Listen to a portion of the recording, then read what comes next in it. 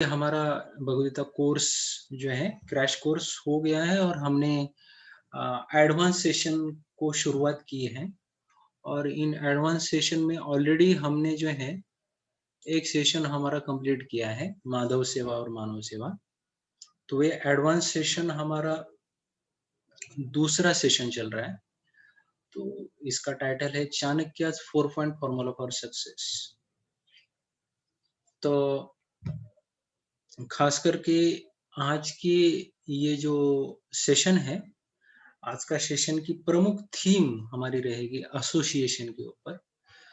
तो जैसे हमने बोला था कि एडवांस सेशन में हम कुछ प्रमुख विषयों के ऊपर जो है चर्चा करने वाले हैं।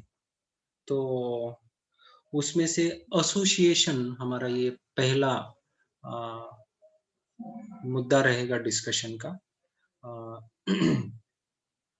तो चाणक्य पंडित जो है इसके बारे में क्या बोलते हैं, ये थोड़ा-सा हम प्रयास करेंगे देखने का।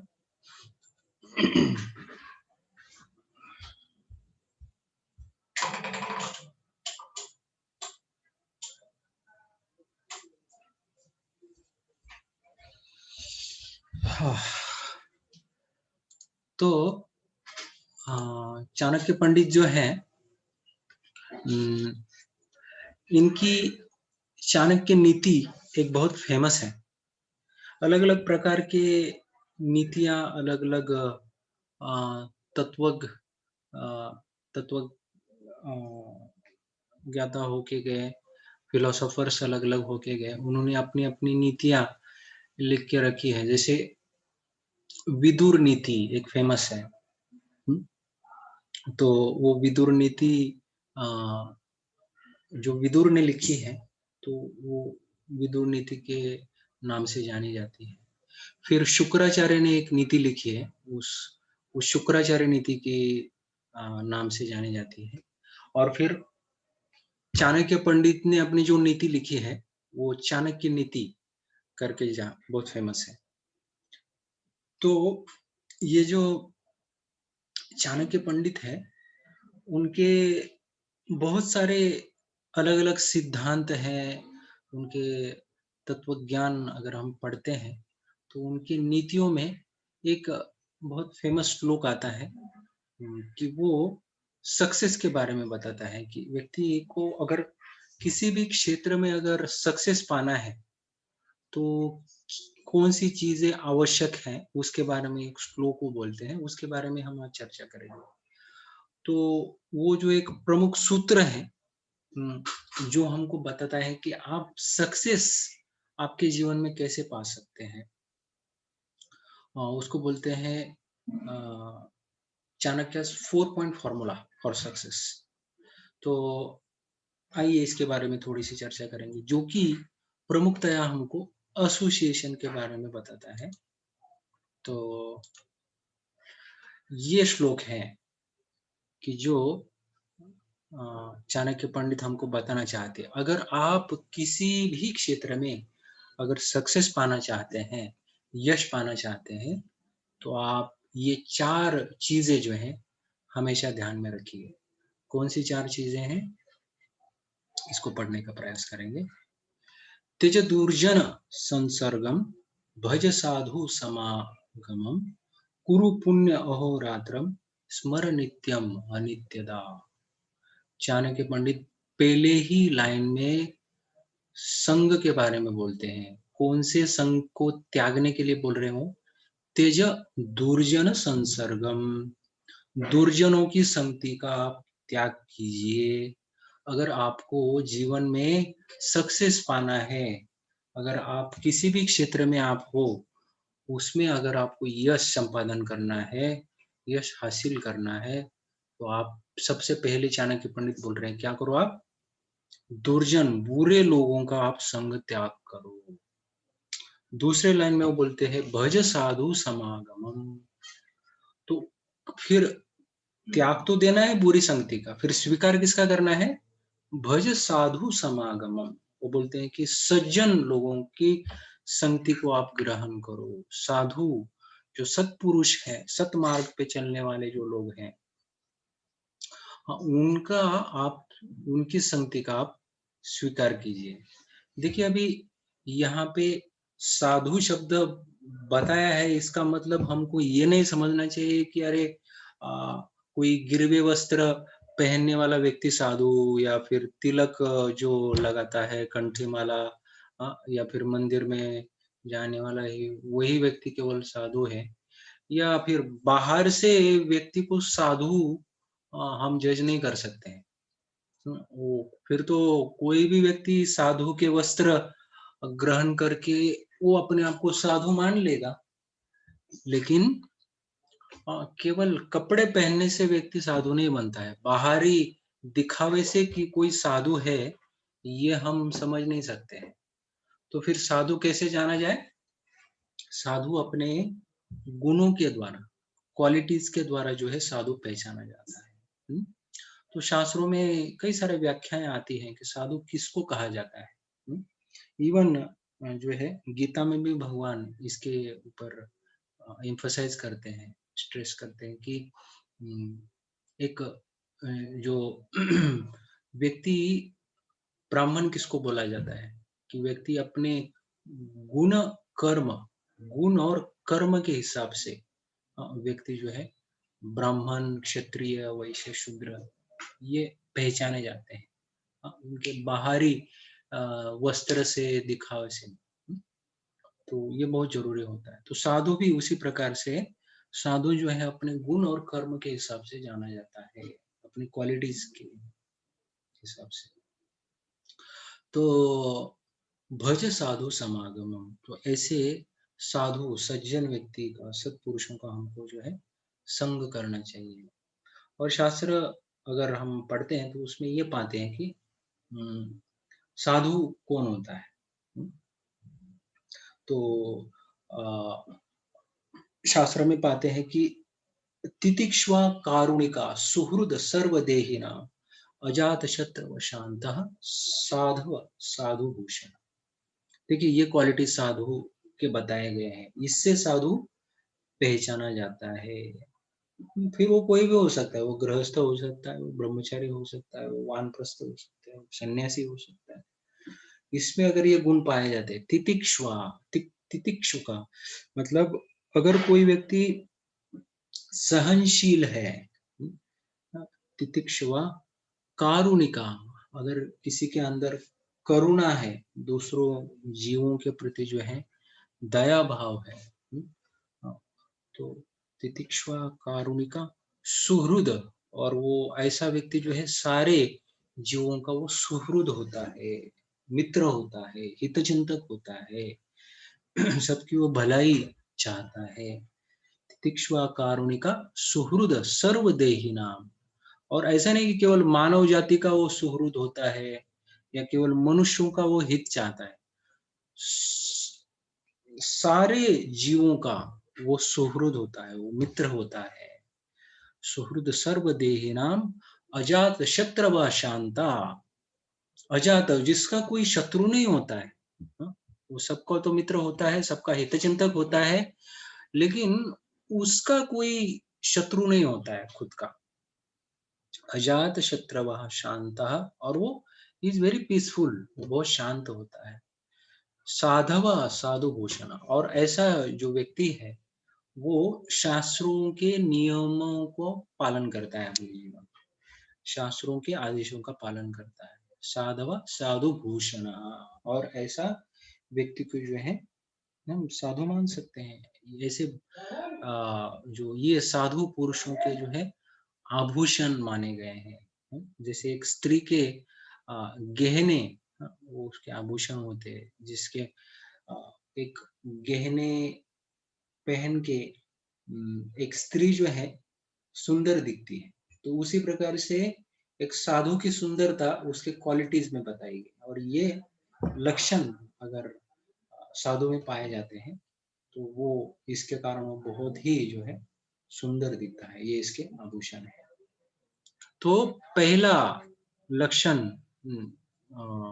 ये पहला जो विषय है, ये चाणक्य पंडित बताते कि त्यज दुर्जन संसर्गम, बुरे लोगों का संग त्याग दो, भज साधु समागमम, साधु व्यक्तियों का जो है संग आप ग्रहण कीजिए, स्वीकार कीजिए। कुरु पुण्य अहोरात्रम, और क्या कीजिए आप, दिन रात जो है पुण्य कमाइए आप, पुण्य कमाइए। स्मर नित्यम अनित्यता, और हमेशा ध्यान में रखिए कि ये जो जीवन है ये अनित्य है, नित्य, हमेशा के लिए क्या ध्यान में रखिए, अनित्यता, कि ये जो जीवन है ये अनित्य है, कभी भी ये समाप्त हो सकता है। तो अनित्य तो जीवन है, लेकिन फिर शाश्वत कौन है? आत्मा शाश्वत है और भगवान शाश्वत है, और भगवान और जीव का संबंध शाश्वत है, तो उसको हमको ध्यान में रखना चाहिए। ये नित्य है, और अनित्य जो है शरीर, और शरीर से संबंधित जो भी सांसारिक चीजें हैं वो अनित्य है। ये ध्यान में रखना चाहिए।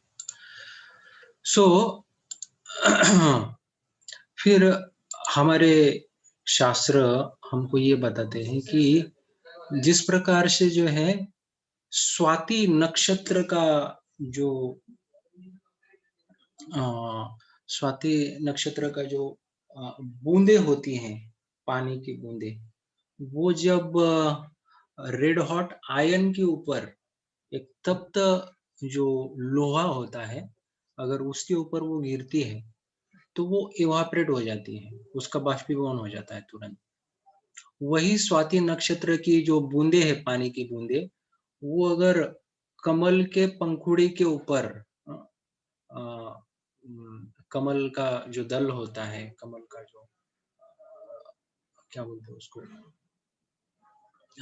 पेटल्स होते हैं, उसके ऊपर जब गिरता है तो शाइन्स लाइक अ पर्ल, वो एक मोती की तरह चमकता है वो पानी, है कि नहीं, वो बूंदे। और वही स्वाति नक्षत्र का जो पानी है, जब वो शिंपला ऑयस्टर शेल के ऊपर गिरता है, इट बिकम्स पर्ल, वो जो है मोती में परिणत हो जाता है। देखिए, एक ही बूंद है, मतलब स्वाति नक्षत्र की जब बूंदे, पानी की बूंदे अलग अलग जगह पे जब गिरती है तो उसके परिणाम अलग अलग निकलते हैं। देखिए, एक जगह पे वो उसका बाष्पीभवन हो जाता है, एक जगह पे वो मोती जैसे चमकती है, और एक जगह पे वो मोती बन जाती है डायरेक्टली। तो उसी प्रकार से जो है शास्त्र हमको बताते हैं कि हमारा भी अ, इसी प्रकार से हमारे स्वभाव में जो है परिवर्तन आता है। हम कौन सी चीजों के संपर्क में रहते हैं, जैसा संग वैसा रंग। ये बहुत जरूरी है समझना कि सोक्रेटिस बोलते हैं, एक बहुत बड़े तत्ववादी होके गए, फिलोसोफर होके गए सोक्रेटिस, वो बोलते हैं कि मैं आपके बारे में, मैं आप सब कुछ मैं बता दूंगा, सिर्फ आप मुझे ये बताइए कि न, आप कौन से लोगों के संग में आप रहते हैं, बस इतना मुझे आप बता दीजिए, मैं आपकी सारी पहचान मैं आपको बता दूंगा। ये कौन बोलते हैं? सोक्रेटिस बोलते हैं। Just tell me your association, I will tell you who you are. देखिए, इतना महत्वपूर्ण है, हमारा पूरी पहचान ये जो है हमारे संग के ऊपर निर्भर है। हम कौन थे, कौन है, और कौन बनेंगे, ये सब जो है हमारे संग के ऊपर निर्भर करता है। हम किन लोगों के संग में हम रहते हैं, उस प्रकार से हमारा जो है भवितव्य निर्धारित रहेगा। तो बहुत महत्वपूर्ण है ये समझना। सो त्यज दुर्जन संसर्गम, बुरे लोगों का जो है संग हमको त्यागना चाहिए, दुर्जन लोगों का संग हमको त्यागना चाहिए। इसके बारे में चाणक्य पंडित बोलते हैं, और हम शास्त्रों में इसके बारे में उदाहरण भी पाते हैं, है कि नहीं? किस प्रकार से बुरे लोगों के में संगति, बुरे लोगों के संगति में आने के कारण हमारी चेतना दूषित हो जाती है। और इसका उदाहरण आता है रामायण से, कैकेयी और मंथरा के बारे में। हमको पता है कि कैकेयी जो है वो कितनी अ, अच्छी गुण वाली एक महिला थी, एक रानी थी। हाँ? और उसका बेटा तो था भरत। उसका सगा बेटा प्रभु रामचंद्र जी नहीं थे। अ, प्रभु रामचंद्र जी की माता थी कौशल्या और भरत जी की माता थी कैकेयी। लेकिन ये जो कैकेयी है अपने बेटे से भरत से भी ज्यादा प्रेम प्रभु रामचंद्र जी के ऊपर करती थी। देखिए, ये कैकेयी थी।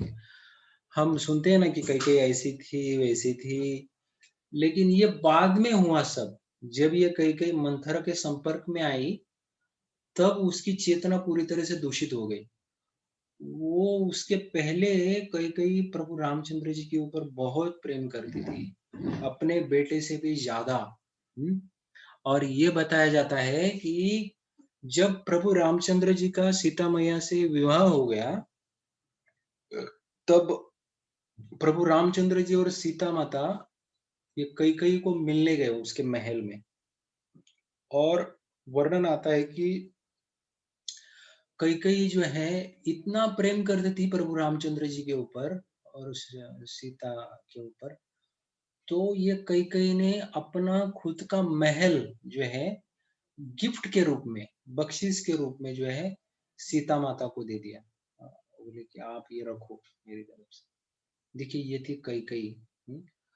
और जब कैकेयी को पता चला कि अभी प्रभु रामचंद्र जी जो है राजा बनने वाले हैं, उनका राज्याभिषेक होने वाला है, तो जैसे ही ये न्यूज मंथरा लेके आई और ये कैकेयी को जब बताया, तो कैकेयी ने अपने गले का मोतियों का हार निकाल के मंथरा को दे दिया। बोले कि ये तुम रख ले, तूने इतनी अच्छी खबर लाई है आज कि मैं बहुत प्रसन्न हूँ आज तेरे ऊपर, क्योंकि मेरे कितने दिनों का मेरा ये सपना था वो आज पूरा हो गया, और ये तूने जो ये खबर लाई है इसके लिए तुझे एक गिफ्ट। देखिए, ये कैकेयी थी। हम कभी सोच भी सकते हैं कि कैकेयी इस चरित्र वाली थी, लेकिन हुआ क्या, बाद में उसकी चेतना में पूरी तरह से बदलाव आ गया। तो मंथरा ने क्या किया, मंथरा उसको बोली कि अरे तू पागल हो गई है क्या कैकेयी? तुझे पता है कि तू किस कारण तू खुश हो रही है? ये ये राम तेरा बेटा नहीं है। ये राम जब राजा बनेगा तो स्वाभाविक तौर से जो है रानी बनेगी कौशल्या। तू तो रानी नहीं बनने वाली। ऐसी कौन बोल रही है? मंथरा बोल रही है कैकेयी को। तो तू क्यों खुश हो रही है? और ये जब राम जब राजा बनेगा, ये कैकेयी रानी बनेगी, और तुझे है हमेशा हमेशा के लिए जो है उनकी सेविका, दासी बन के रहना पड़ेगा, और मैं भी दासी बन के रहूंगी। तो अभी के अभी ये जो है तेरा भाव, ये बदल दे, ये ठीक नहीं है। देखिए, फिर और फिर कई कई को विश्वास ही नहीं हो रहा था कि कई की बोली नहीं नहीं नहीं, ये तो ऐसा हो ही नहीं सकता। लेकिन मंथरा ने पूरा विष जो है भर दिया कई कई के मन में, और उसको एकदम भ्रमित कर दिया, उसको एकदम अच्छी तरह से उसको कन्विंस किया कि जब राम राजा बनेंगे तो इसमें बिल्कुल तेरा हित नहीं है। अगर वास्तव में तुम्हारा हित होता तो तुम्हारा बेटा राजा बनता। लेकिन ऐसा क्यों, जब भरत यहाँ पे नहीं है तो ये डिसीजन लिया गया। तो देखो कि भरत को किस प्रकार से उन्होंने उनके मामा के यहाँ पे भेज दिया है, और भरत की अब्सेंटी में, भरत जब यहाँ पे नहीं है तब राम को राजा बनाया जा रहा है। तो ये बहुत बड़ा षड्यंत्र है, इसको आप समझ लो। ये इस प्रकार से मंथरा ने जो है कैकेयी के मन में विष डाल दिया, और फिर कैकेयी जो है कन्विंस हो गई कि नहीं, इसमें बहुत बड़ा षड्यंत्र है, और इसके पीछे बहुत बड़ी साजिश है, और मुझे ऐसा बिल्कुल ही नहीं होने देना है। तो इस प्रकार से हम देखते हैं कि कैकेयी जो है उसने जो 2 वर जो पेंडिंग रखे थे दशरथ महाराज के पास, हमको पता होगा इतिहास। अ, अभी यहाँ पे कैकेयी मंथरा को बोलती है, "अभी मुझे क्या करना चाहिए बता?" तो फिर मंथरा उसको बोलती हैं कि, "तू याद कर कि तूने अभी भी ये 2 वर तूने अभी तक माँगे नहीं है। जो तू माँगने वाली है दशरथ महाराज से, तो अभी समय है तू ये 2 वर माँग ले।" तो हमको पता होगा ये इतिहास कि ऐसा हुआ था कि जब देवता और दानवों का जब युद्ध चल रहा था, तो दशरथ महाराज ने जो है देवताओं की साइड लेके जो है देवताओं को सहायता की थी। तो इस प्रकार से जो है देवता विजयी हो गए। तो उसमें ये जब युद्ध चल रहा था, जब दशरथ महाराज देवताओं की साइड से लड़ रहे थे, तो वहाँ पे कैकेयी ने जो है सारथ्य सँभाला था दशरथ महाराज के रथ का। तो उसमें कैकेयी ने बहुत सहायता की थी दशरथ महाराज की, और दशरथ महाराज बहुत ही खुश हो गए उसके ऊपर और बोले कि कैकेयी तू आज कुछ भी माँग ले, मैं तुझे जो चाहिए मैं दे दूँगा, तू वर माँग ले। तो उस समय कैकेयी बोली थी कि जब समय आएगा तो मैं माँग लूँगी, मैं अभी कुछ नहीं चाहती हूँ। तो मंथरा ने वो सब याद दिलाया और फिर कैकेयी बोली कि हाँ, अभी मैं ये 2 वर माँगती हूँ कि पहला वर तो जो है प्रभु रामचंद्र जी जो हैं उनको 14 साल के लिए वनवास, और दूसरा वर भरत जो है राजा बनना चाहिए। तो इस प्रकार से जो है हम देख सकते हैं कि मंथरा के संग का परिणाम क्या हो गया। प्रभु रामचंद्र जी को वनवास हो गया और कैकेयी का सपना तो पूरा हुआ ही नहीं, लेकिन दशरथ महाराज जो है इनका देहांत हो गया इसके बीच। तो पूरा हम देख सकते हैं कि कैसे ये रामायण का टर्निंग पॉइंट ये मंथरा का संग के कारण हो गया। तो इसलिए चाणक्य पंडित हमेशा बोलते हैं कि बुरे संग से हमको हमेशा बचना चाहिए, है कि नहीं? हुँ। और दूसरा उदाहरण आता है कंस का, है कि नहीं? हम देख सकते हैं कि कंस जो है किस प्रकार से इतना उसकी इतनी अच्छी चेतना थी, लेकिन जब उसने वो आकाशवाणी सुनी और वो आकाशवाणी बोली कि अरे हे कंस, देवकी का 8वाँ पुत्र जो है तेरे मृत्यु का कारण बनने वाला है। तो तुरंत जो है कंस ने क्या किया? देवकी और वसुदेव को जो है कारागृह में डाल दिया। और हम देख सकते हैं कि उसके बाद जो है कंस ने एक के बाद एक देवकी के 6 पुत्रों को जो है बहुत अ, बुरी तरीके से मार डाला। हुँ। फिर उसके बाद हम देख सकते हैं कि 7वाँ जो पुत्र है वो अ, साक्षात वो बलराम जी थे, तो वो स्थानांतरित हो गए और बाद में 8वीं जो कन्या हुई, तो उसको जब वो कन्या को कंस मारने वाला था, तो वो हाथ से छूट गई और फिर उसको वो बोली कि अ, तुम्हारा जो काल है वो ऑलरेडी जन्म ले चुका है। हुँ? तो अ तो तो वो उस प्रकार से जो है कंस को पता चल गया कि नहीं अभी ऑलरेडी ये 8वाँ जो पुत्र है, इसने जन्म ले लिया है। हुँ?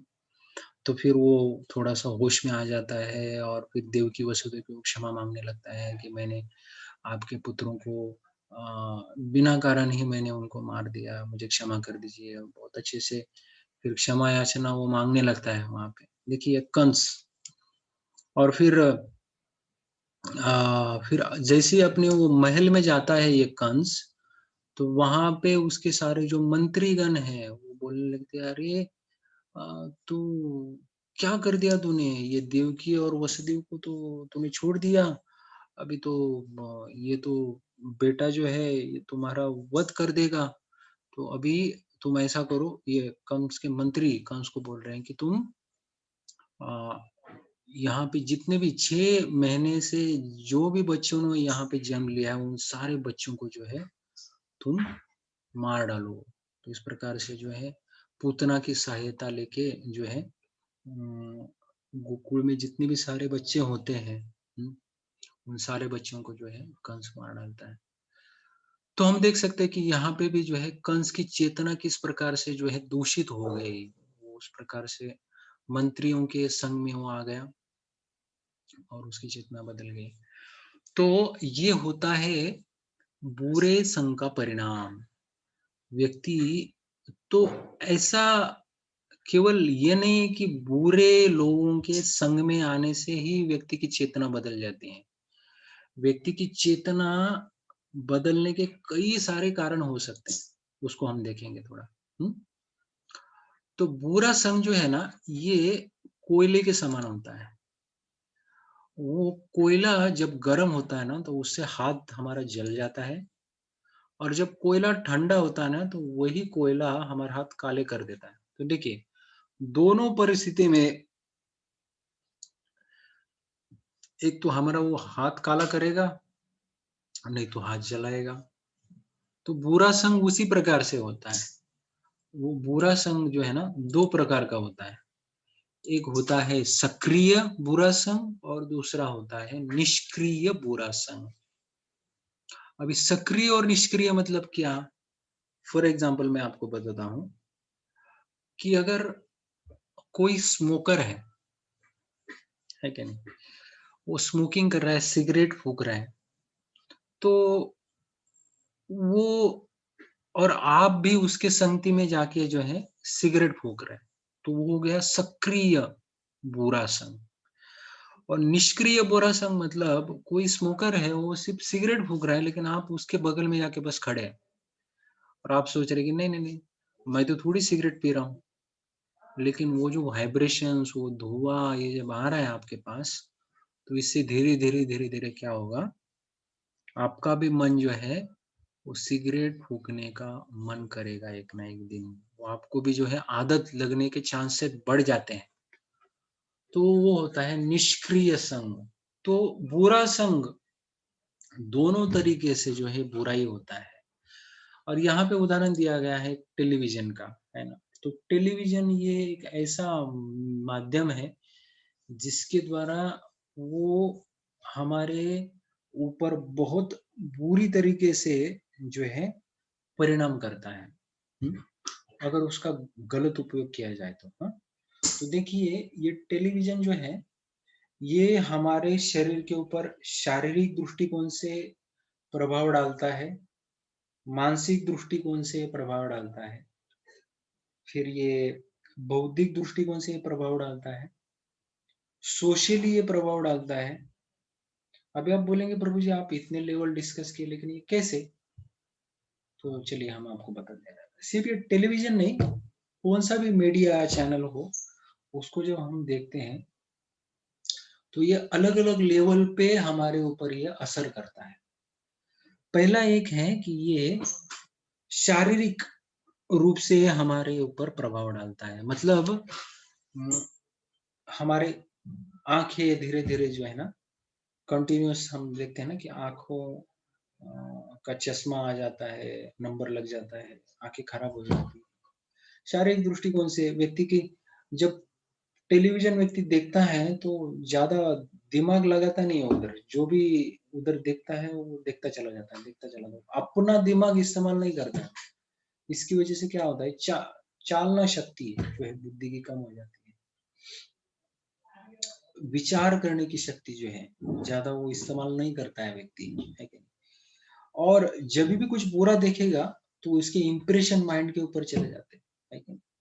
और जब इस प्रकार से चेतना व्यक्ति की दूषित हो जाती है, तो ये पाप करने की जो वृत्ति है, व्यक्ति के मन में जागृत हो जाती है। सीड जो है, वो निर्माण फलीभूत हो जाता है अंदर।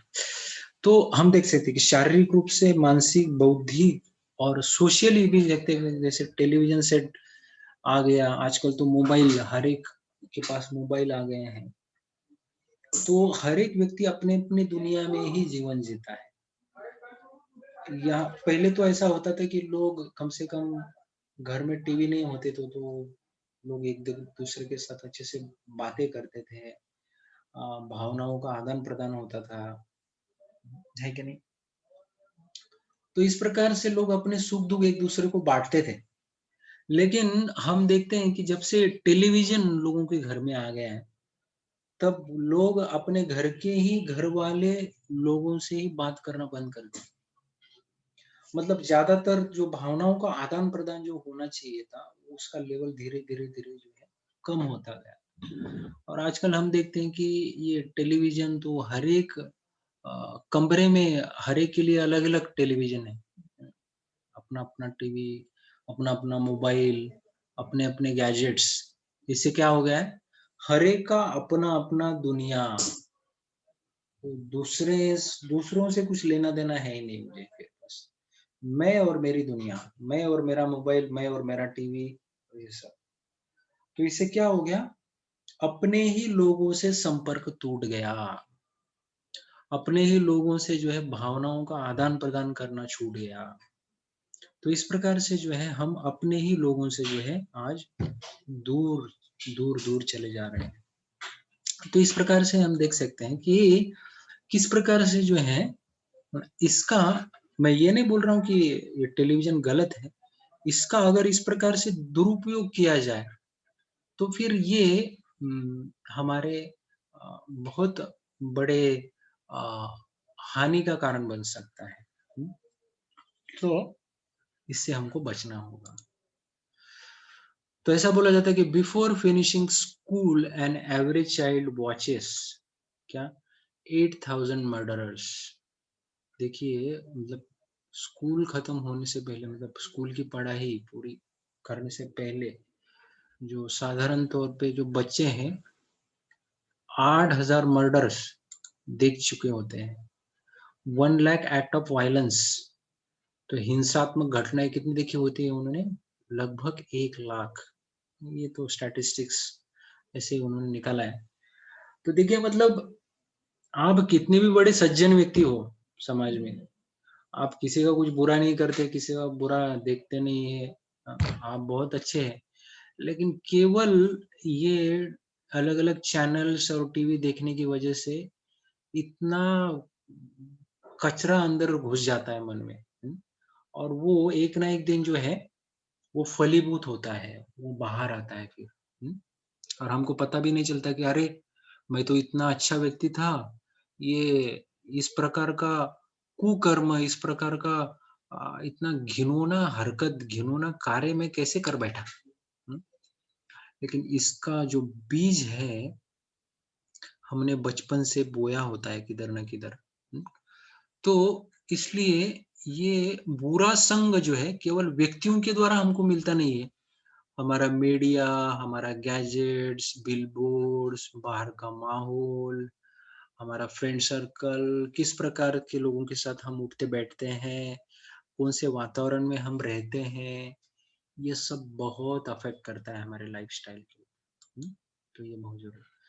For success in any field, the association of like-minded people is extremely important. अगर आपको जीवन में कुछ अच्छा बनना है, अच्छे लोगों के साथ रहिए। आपको जीवन में सज्जन व्यक्ति बनना है, तो सज्जन लोगों के साथ रहिए। बुरा बनना है तो देर नहीं लगेगी। ऐसे लोगों के साथ रहिए जिनको ऑलरेडी बुरी आदतें हैं। So like minded association is very, very important, नहीं कहने। तो हमेशा अगर आपको कुछ अच्छा बनना है, तो उन्हीं लोगों के साथ रहिए जिनका जीवन अच्छा है, जिनका जीवन जो है खुशहाली, सुख शांति से भरा हुआ है। हुँ? So you become what you associate with. आप वही बनते हैं जिनका आप संग लेते हैं। जैसे बोलते हैं ना Socrates, tell I will tell you who you are, just tell me your association. बस आप मुझे आपका, आप किन लोगों के साथ रहते हैं, बस उतना मुझे आप बताइए, मैं बता दूंगा आप कौन है। मैं आपकी सारी आइडेंटिटी बताने के लिए तैयार हूँ। देखिए इतना कॉन्फिडेंस है, वो सॉक्रेटिस बोल रहे थे। सो ये तो पक्का है, और शास्त्र भी हमारे बोलते हैं कि ये संग बहुत ही इम्पोर्टेंट है हमारे जीवन में। तो शास्त्र में बताया गया है कि साधु संग सर्व शास्त्रे कहे, लव मात्र साधु संग सर्व सिद्धि होए। कि अगर हमको जीवन में सिद्धि प्राप्त करना है, जीवन में अगर हमको परिपूर्णता प्राप्त करनी है, तो हमको साधु संग, हाँ, केवल दिखने से साधु नहीं बनता है कोई, qualities, by his qualities and work sadhus can be understood. So ऐसे साधु के संगति से ही हम जीवन में परिपूर्णता प्राप्त कर सकते हैं। So you become what you associate with. So इस प्रकार से देखिए, यहाँ पे एक लोहा है, और लोहे के जब अग्नि में डाला जाता है ना, ये लोहा एग्जैक्टली अग्नि के क्वालिटीज को प्राप्त करता है। देखिए आप देख सकते हैं, यहाँ पे ये लोहा है, और ये अग्नि लाल है, ये लोहा भी लाल हो गया। अग्नि गर्म है, ये लोहा भी गर्म है। अग्नि के सारे क्वालिटीज ये लोहा ने ले लिए। क्यों? क्योंकि ये अग्नि के संपर्क में आया है। और यही लोहा हम देख सकते हैं कि ये जब ठंडा हो जाता है, तो वो, उसको अगर आप डीप फ्रीजर में रखो, फ्रीज में रखो, तो वो बर्फ के क्वालिटीज, जितना भी ठंडे वस्तुओं की जितनी भी क्वालिटीज है, वो प्राप्त करेगा वो क्वालिटीज को। तो लोहा जिस किस पे संपर्क में रहेगा, वो वातावरण के गुण वो लोहा में आ जाएंगे। उसी प्रकार से एक व्यक्ति कौन से वातावरण में रहेगा, उस प्रकार के माहौल के जो वाइब्रेशंस है, वो व्यक्ति के अंदर चले जाते हैं। ध्यान में रखिए। तो हम कौन से वातावरण में रहते हैं, ये बहुत मायने करता है हमारे पर्सनालिटी के। हमारी पर्सनालिटी कौन सी बनेगी, कैसी बनेगी। तो भज साधु समागमम। तो अभी चाणक्य पंडित पहला तो पॉइंट उन्होंने बता दिया सक्सेस का, क्या? बुरे लोगों का संग त्याग दो। अभी दूसरा पॉइंट जो है चाणक्य पंडित बोल रहे हैं सक्सेस का, भज साधु समागमम, अच्छे संग का आप स्वीकार करो। अच्छे मतलब जिनमें अच्छे गुण पाए जाते हैं। और भगवान इन अच्छे लोगों के बारे में गीता में बोलते हैं, 10वां अध्याय और 9वां श्लोक। और भगवान अपने ही भक्तों के बारे में बताते हैं कि मेरे भक्त वो क्या करते हैं जब वो एकत्रित जब आ जाते हैं। मच्चित्ता मदगत प्राणा बोधयन्तः परस्परम कथयन्तश्च माम नित्य तुष्यन्ति च रमन्ति च। यहाँ पे भगवान बोल रहे हैं कि देखिए, ये मेरे भक्त जो है ना, इनके जैसा आप बनिए। आप इनका जैसा जब बनेंगे, तो वास्तव में आप जीवन में सुख शांति का अनुभव करेंगे। आप हमेशा जो है खुश रहेंगे, आनंदी रहेंगे। और क्या करते हैं भक्त? मत चित्ता, भगवान बोलते हैं कि मेरे जो भक्त होते हैं, उनका चित्त हमेशा मुझ में लगा हुआ होता है। मत गत प्राणा, उन्होंने अपना जीवन सर्वस्व जो है मुझे अर्पण किया हुआ है। बोधयन्तः परस्परम, जब वो एकत्रित आते हैं मेरे भक्त, तो हमेशा मेरे बारे में ही वो चर्चा करते हैं और बोध लेते हैं। हाँ, कुछ शिक्षाएं वो ग्रहण करते हैं मेरे बारे में कथा करके। कथयन्तश्च माम नित्या, और इस प्रकार से मेरे भक्त हमेशा मेरे बारे में ही कथा करते हैं, मेरा गुणगान सुनते हैं, मेरा गुणगान का बखान करते हैं, और इसमें वो बहुत आनंद लेते हैं। तुष्यन्ति च रमन्ति च, ऐसे मेरे भक्त जो हैं इस प्रकार से बहुत ही आनंदित हो जाते हैं। तुष्यन्ति च, बहुत आनंद लेते हैं उसमें, और रमन्ति च, रममान हो जाते हैं, एब्जॉर्ब हो जाते हैं, समाधि में चले जाते हैं। तो इस प्रकार से हमको बनना है कि नहीं? तो ये हो गया साधु संगति। इसको बोलते हैं साधु संगति। साधु संगति मतलब ऐसा नहीं कि अरे तेरे घर में क्या चल रहा है, सांसारिक चीजों के बारे में चर्चा नहीं। साधु संगति मतलब जहाँ पे भगवान के बारे में चर्चा होती है, भक्तों के बारे में चर्चा होती है, भक्तों के क्वालिटीज, अच्छे क्वालिटीज के बारे में चर्चा होती है, भगवान की कथा के बारे में चर्चा होती है, भक्ति के बारे में चर्चा होती है। तो इसको बोलते हैं साधु संगति, है कि नहीं?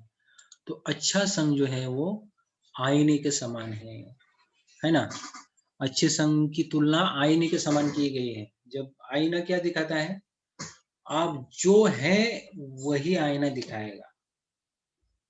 आईना कभी भी उम, आ आप जो नहीं है वो नहीं दिखाएगा आईना। हुँ? आप जो है वही दिखाएगा आईना। अगर आपकी सूरत बहुत खराब है, तो आपको आईना ऐसा कभी नहीं दिखाएगा कि अरे आप बहुत सुंदर हैं। या आप बहुत सुंदर है तो आपका चेहरा कुरूप नहीं दिखाएगा आईना। आप जो हैं वैसे आईना आपको दिखाएगा। तो अच्छा संग भी उसी प्रकार से होते हैं। हमारा जो एक अच्छा मित्र होता है, वो भी हमारे जीवन में ऐसा ही होता है कि वो हमारे से कुछ छिपाता नहीं है।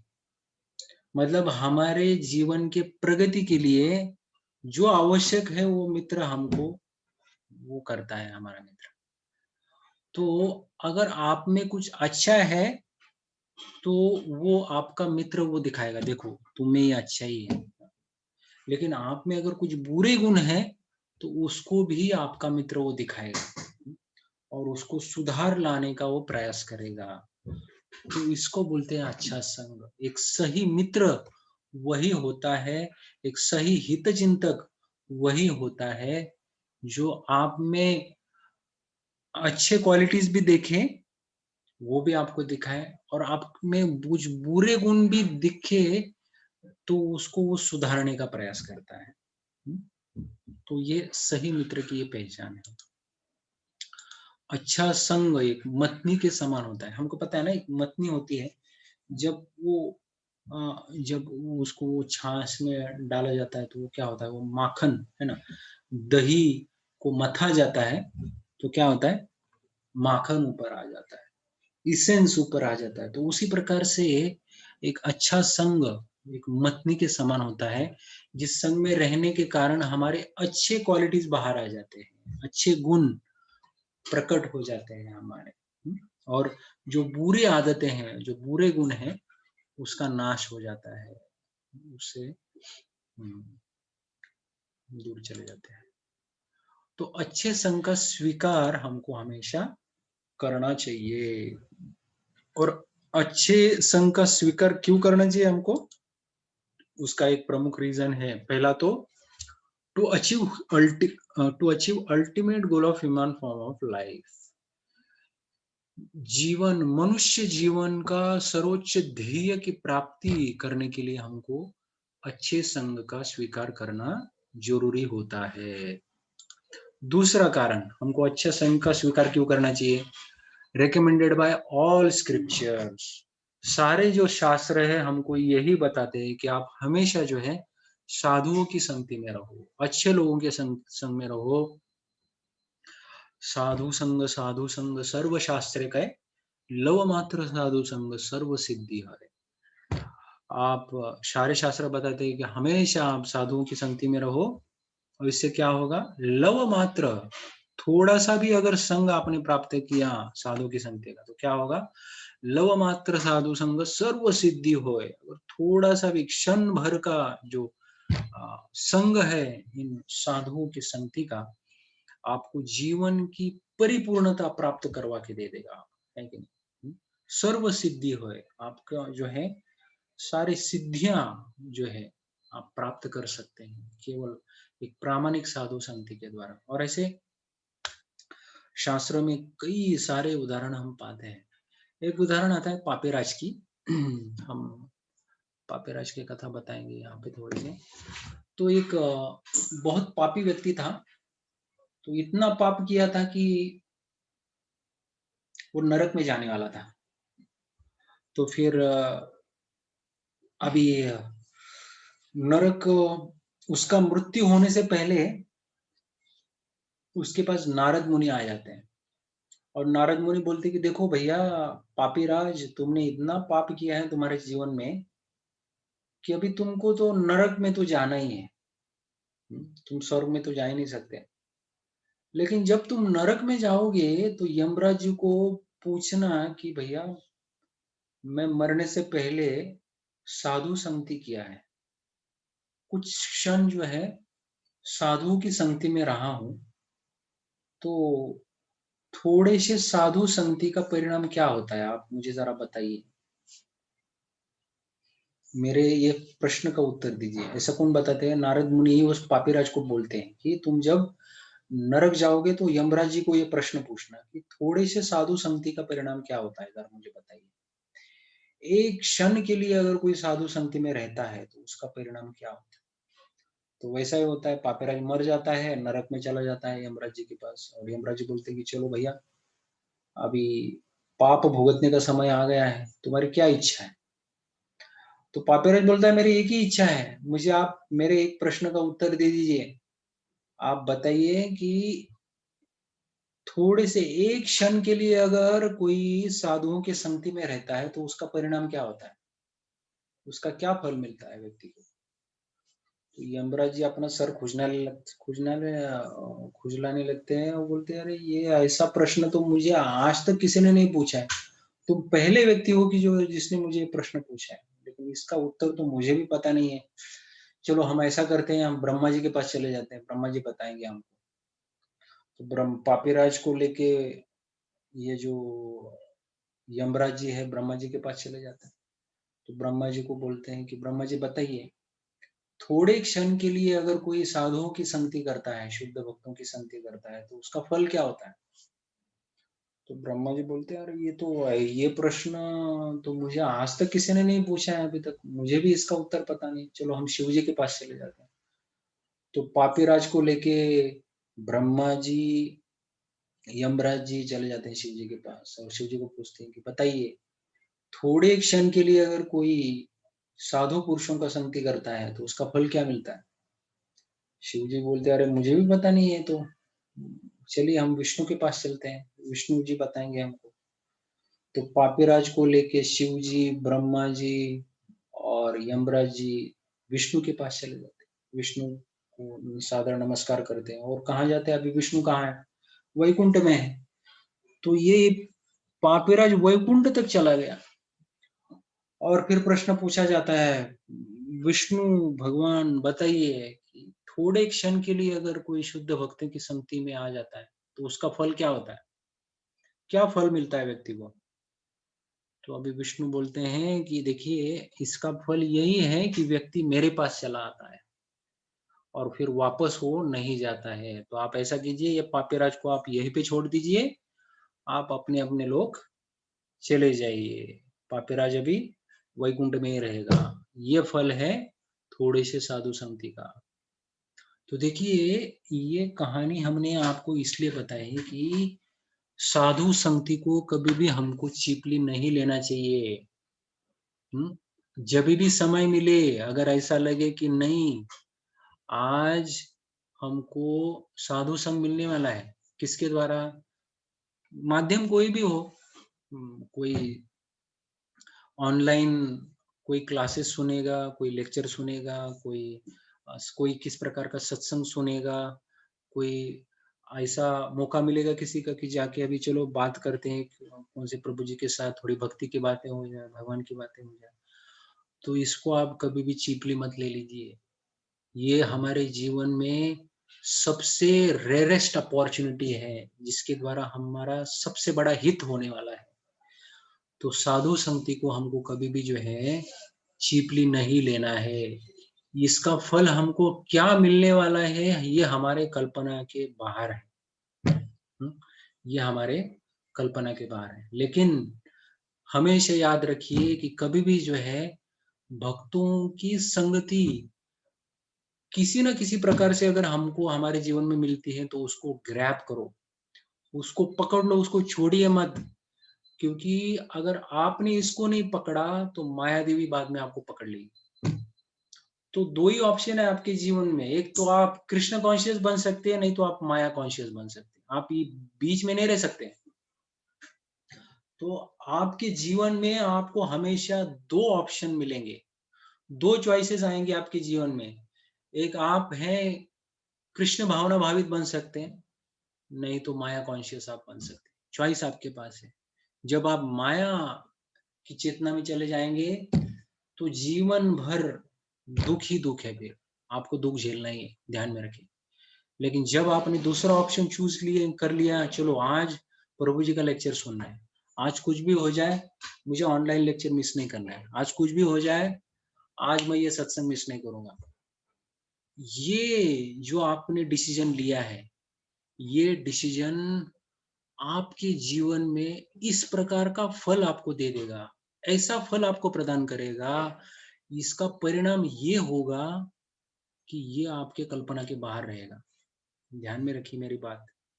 तो कभी भी जो है प्रामाणिक साधु संगति, फिर वो किसी भी प्रकार से हमको क्यों ना मिले, उसको ग्रैब कीजिए, उसको तुरंत एक्सेप्ट कीजिए, उधर वो मौका गवाइए मत, नहीं तो माया बस वेट कर रही है आपको पकड़ने के लिए, हमको पकड़ने के लिए। तो इसलिए सारे शास्त्र कहते हैं, क्या कहते हैं, साधु संग सर्व शास्त्र कहे, लव मात्र साधु संग सर्व सिद्धि होय। Most effective way to associate with lord Shri Krishna. और साधु संग क्या है, अच्छे संग का स्वीकार जब हम करते हैं तो ये मोस्ट इफेक्टिव वे है to associate with lord Shri Krishna. भगवान भगवत चेतना में रहने का एक सबसे अच्छा तरीका है हम साधुओं के संगति में रहें, अपने आप भगवत चेतना में हम रहेंगे, कभी भी माया कॉन्शियस नहीं रहेंगे हम, ध्यान में रखें। और चौथा है अच्छे संग का स्वीकार क्यों करना चाहिए हमको, it gives satisfaction and happiness. हमको अगर कोई चीज हमको जीवन में सुखी बनाने वाली है, आनंदी बनाने वाली है, सुख शांति का अनुभव हमको करवा के देने वाली है, तो वो है साधु संगति, जिसके द्वारा हमको भगवान तो प्राप्त होने ही वाले हैं, लेकिन हम हमारे जीवन में हमेशा के लिए हम सुखी बनने वाले हैं। तो ये इसलिए हमको अच्छे संगति का स्वीकार हमको हमेशा करना चाहिए। अहो महात्मन बहुदोष दुष्टो, ये हरि भक्त शुद्धोदय, इसमें लिखा गया है कि ये कलयुग किस प्रकार से, अहो महात्मन बहुदोष दुष्टो, हे महात्मा जन सुनो, ये कलयुग जो है इसमें बहुत दोष है, बहुत दोष और दुष्टों से ये भरा हुआ है कलयुग। कोई अच्छे लोग मिलने वाले नहीं है कलयुग में आपको। अहो महात्मन बहुदोष दुष्टो अपि एकेन भाति एष भवो गुणेन। अपि एकेन भाति मतलब अभी एक है ना भांति एष भवो गुणेन, लेकिन ये कलयुग का केवल एक अच्छा गुण है, एक अच्छा गुण पाया जाता है, वो कौन सा, सत्संग माख्येन सुखावहेन। सत्संग ये जो है ना, ये बहुत अच्छी क्वालिटी है कलयुग की। जब सत्संग में व्यक्ति आ जाता है ना, इसका भाग्य खुल जाता है, फिर सुखावहेन, और ये बहुत सुखदायी अनुभव होता है ये। कृताद्यनो ये न कृषा मुमुक्षा। और फिर जब इस प्रकार से सत्संग में व्यक्ति आ जाता है ना, तो फिर उस समय कृताद्यनो ये न कृषा मुमुक्षा, मुमुक्षा मतलब एक मुक्ति भी व्यक्ति को तुच्छ लगने लगती है, फिर मुक्ति भी उसके सामने कुछ नहीं है, फिर उसके सामने। देखिए ये है भक्ति की महानता, ये है सत्संग की महानता, ये जो है हरि भक्ति शुद्धोदय में बताया गया है। तो सत्संग को हमेशा जो है बहुत गंभीरता से हमको लेना चाहिए। तो थोड़े से अच्छे संग का परिणाम क्या है, पापीराज की कथा हमने आपको बताई, और ये बहुत सुंदर कथा आती है एक बंदर की। ये एनओए में भी हमने बताया था भक्तों को, अगर आपको याद होगा तो फिर से हम एक बार बता दें कि आप बोलेंगे अरे फिर अभी कलयुग में तो साधु कहाँ से ढूंढ के लाएंगे हम, और कहाँ मिलेंगे साधु, सब हम ऑफिस में जाएं बाहर घूमते हैं मित्रों में, तो कहाँ है साधु। तो साधु संगति में हम तो नहीं रह सकते हैं, और फिर बाहर के लोगों के साथ हमको संग करना पड़ता है, तो फिर हम कैसे रहें। हाँ निश्चित तौर पे आप बाहर के लोगों के साथ आप रह सकते हैं, और बहुत बार ये अनिवार्य हो जाता है उनका संग त्यागना, तो बाहर के कर्मी लोगों के साथ हमको रहना पड़ता है, फिर साधु संग हमको हमेशा तो नहीं मिलता है, फिर उन लोगों के साथ हम कैसे रहें? उसके लिए ये कहानी बताई गई है कि अगर आपको साधु संग ना भी मिले, लेकिन बाहर के लोगों के साथ आप कैसे रह सकते हैं? हुँ? आप बाहर के लोगों के साथ रहो, लेकिन उनको आपका हृदय मत दे दो। समझ में आई मेरी बात? आपका हृदय मत दे दो मतलब 6 चीज़ों का आदान-प्रदान उनके साथ आप ज़्यादा मत कीजिए। हुँ? वो 6 चीज़ों का आदान-प्रदान केवल भक्तों के साथ आप कीजिए, भगवान के जो भक्त हैं। कौन-सी वो 6 चीज़ें हैं, जिसका आदान-प्रदान हम बाहर के कर्मी लोगों के साथ नहीं करना चाहिए? वो हमारा एनओआई नेक्टर ऑफ इंस्ट्रक्शन में हमने देखा है। ददाति प्रतिगृह्णाति गुह्यमख्याति पृच्छति भुङ्क्ते भोजयते चैव षड्विधा प्रीति लक्षणम। ये 6 चीज़ों का आदान-प्रदान जो है, ये हमको कर्मी लोगों के साथ ज़्यादा नहीं करना चाहिए। हुँ? नहीं तो फिर उससे क्या होगा, हमारी चेतना पूरी तरह से दूषित हो जाएगी। हुँ? तो चलिए पहला ये बताया गया है कि अ, ददाति प्रतिगृह्णाति, कुछ चीज़ें दान में देना या फिर उनसे गिफ्ट स्वीकार करना या गिफ्ट देना, दान लेना या दान स्वीकार करना या दान देना, ये पहली 2 चीज़ें। दूसरी 2 चीज़ें ददाति प्रतिगृह्णाति गुह्यम आख्याति पृच्छति, आपके मन की बातें उनको बताना, उनकी मन की बातें सुनना, ये हो गया 4 बातें। 2, 2, 4 हो गया, ठीक है?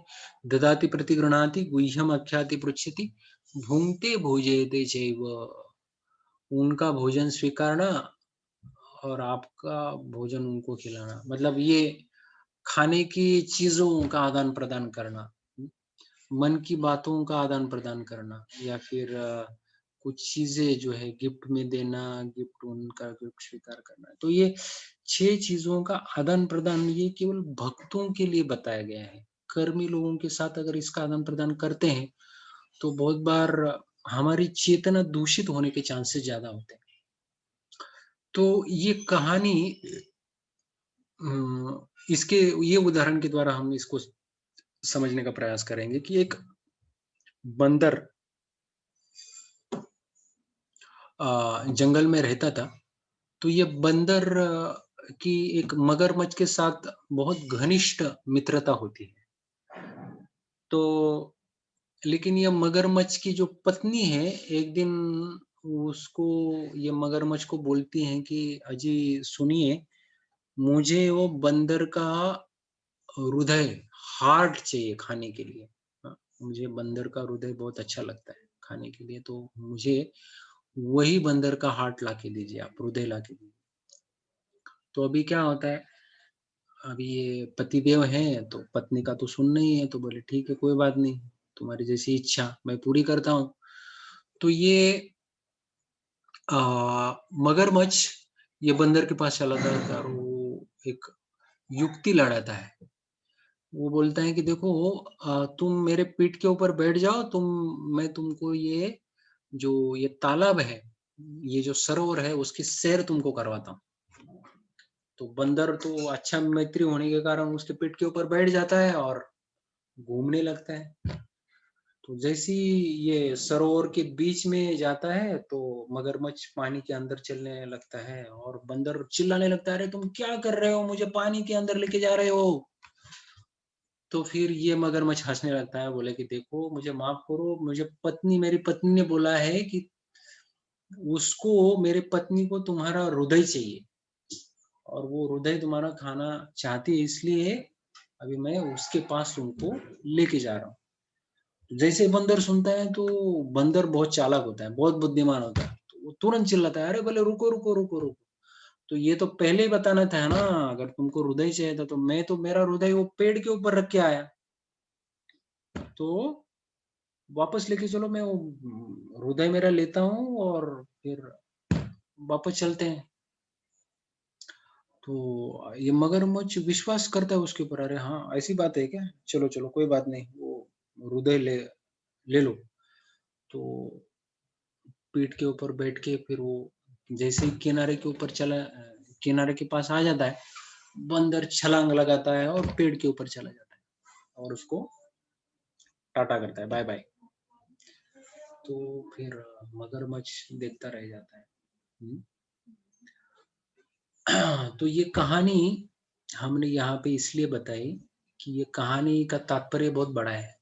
बहुत गहरा राज इसके पीछे छुपा हुआ है। तो देखिए, ये बंदर की तुलना एक भक्त से की गई है। मगरमच्छ की तुलना कर्मी लोग, बाहर के जो नास्तिक लोग होते हैं, पापी लोग होते हैं, उनसे उनकी तुलना की गई है। तो एक भक्त का भी जीवन इसी प्रकार से होता है। भक्त भी बाहर की दुनिया में घूमता है, बाहर के लोगों के साथ उसको काम करना पड़ता है ना? ऑफिस में काम करते हैं, कंपनीज में काम करते हैं, स्कूल कॉलेजेस में अलग-अलग नास्तिक लोगों के साथ एक भक्त का संपर्क आता है। उनके साथ उनको काम भी करना पड़ता है, बातें करनी पड़ती है, पूरा दिन है ना, भर उनके साथ काम करते हैं। लेकिन एक भक्त होता है, अपना हृदय कभी भी उनको नहीं देता है। अपना हृदय वो हमेशा भक्तों के पास, भगवान के पास छोड़ के चला आता है। अपना हृदय बाहर के लोगों को नहीं देता है, मतलब अपने हृदय की बातें उनको नहीं बताता है, भावनाओं का आदान-प्रदान, गुह्यतम बातें नहीं करता है उनके साथ।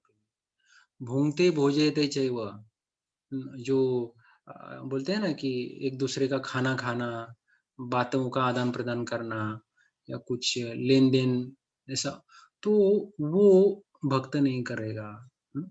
तो इस प्रकार से हम देखते हैं कि ये भक्त जो है, अपना हृदय हमेशा जो है, भगवान के चरणों में उसका लगा हुआ होता है। भक्तों के पास वो अपना हृदय छोड़ के चला जाता है। तो उसी प्रकार से एक भक्त का जीवन होना चाहिए। तो इस प्रकार से हम जो है, बुरे संगति से हम बचे रहेंगे, है कि नहीं?